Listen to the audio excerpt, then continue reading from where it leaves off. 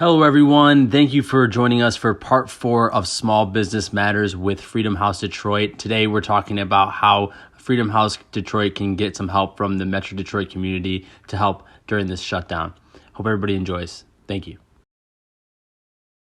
I think a lot of what question 3 is going to ask has already been covered, but please just reiterate what we talked about, the donations, the social media, and things like that. So if you don't mind, I'm going to move on to question 3. Okay. Yeah. So I'll take a stab at this one, but you're right. It is a lot of the things we said. It is making those donations. And I know you'll post our link as part of this. It is definitely talking about us on social media, sharing your own stories on social media. Everybody's got some kind of immigrant story. I think those are important right now. I think everybody can put themselves in the place where would you be right now during COVID-19 if you didn't have a home, if you were someone who didn't have a place to go, or, what would you take if you had to leave your home and might never return? So I think those are great themes to pick up on, and it doesn't have to be any long essay or anything, but if you could just share, even what comes up for you with that question. Yep, can't answer it because it's just too scary. That just helps. And it helps not only bring a spotlight onto the work that we're doing, but it also creates that so critical engagement on social media to sort of help us reach new audiences. And then the sustaining gifts are also very important. We also have so that monthly gift, however large or small, it works for your budget and you can set it and forget it. And then also our Amazon wish list. We do have a wish list on Amazon, like so many nonprofits today. Unfortunately, I think a lot of the stuff is not yet available. Disinfectant, that's a big thing. So again, that's where those cash contributions come in. And even if it is the $5 you would have spent on the disinfectant, it still does go a long way inside the house.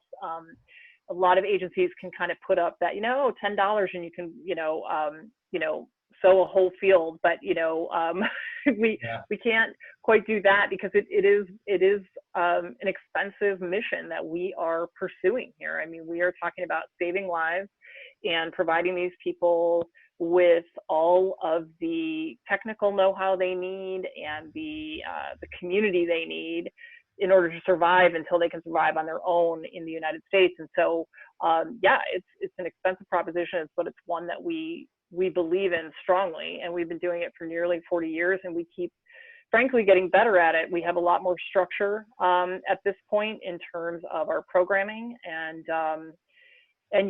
so I guess point of return on investment for those who have been donating a long time, they're good examples of why they continue to donate, because the work is getting better.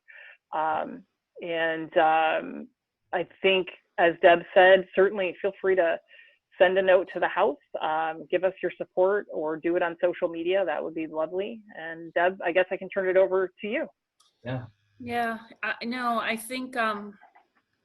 I think Teresa, your points are all very good. And residents, because they tend to be professionals, asylum seekers tend to be professionals.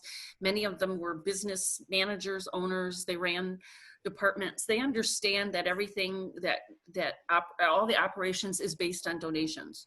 Yeah. So when they watch donations come in, they will say, "Oh my gosh, don't forget to thank." I mean, it's, you have an internal system, right? People donate, you generate a thank you, but in their minds, they don't see it that way. And they just really be sure to, wow, how can you imagine all this?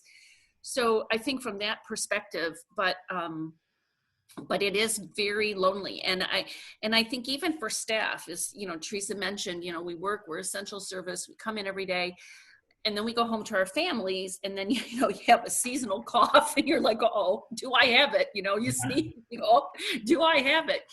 And so that level of anxiety, I think there's always just a little bit of a level of that's always present. And so, when people in the community are moving around social media, Facebook, and saying, hey, I know these people, and affirm their work, and, eventually be able to meet residents and say, I've been in the house, and wow,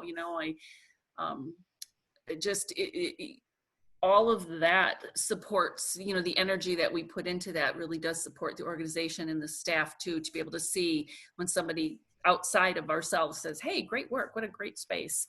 Yeah. You know, we all need affirmation. We can pretend we don't, but we do, you know. Right. And again, I'll say we really do have an extraordinary staff. And I think, you know, we're sort of confused about who an asylum seeker is, and our president has shut our borders to welcome people. And it's just a really, a rough time. There's a lot of miscommunication, no surprise, but to keep the value of the asylum seeker and their contributions to the United States, to Detroit, I think by engaging in social media can help make that happen. So part of during the shutdown is to keep the rhetoric, to be able for people to understand these are real values. They're, you know, immigrants, refugees are not the enemy. And not everybody buys into it, but the ones that do will continue to engage and hopefully, you know, support financially. And that's what we're looking for. Awesome. This is all great things, and I hope we can, you know, get you guys out there and my network at least, and hopefully you're going to see some help during this time.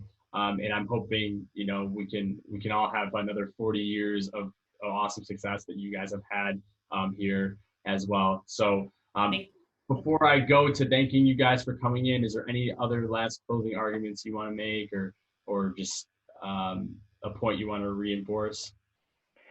I just want to say we hope everybody's doing well. We know these are challenging times for everyone, whether it's a financial issue or health issue or just the fear of the entire thing. And we really do appreciate you giving us this platform, and for everyone who tunes in to watch it or listen to it, however they're going to get it.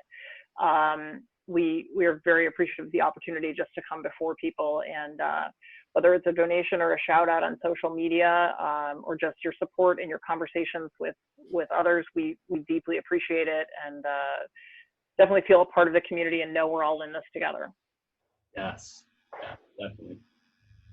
That's exactly. Thank you, Teresa. You said it brilliantly. Yeah. Thank you. Great.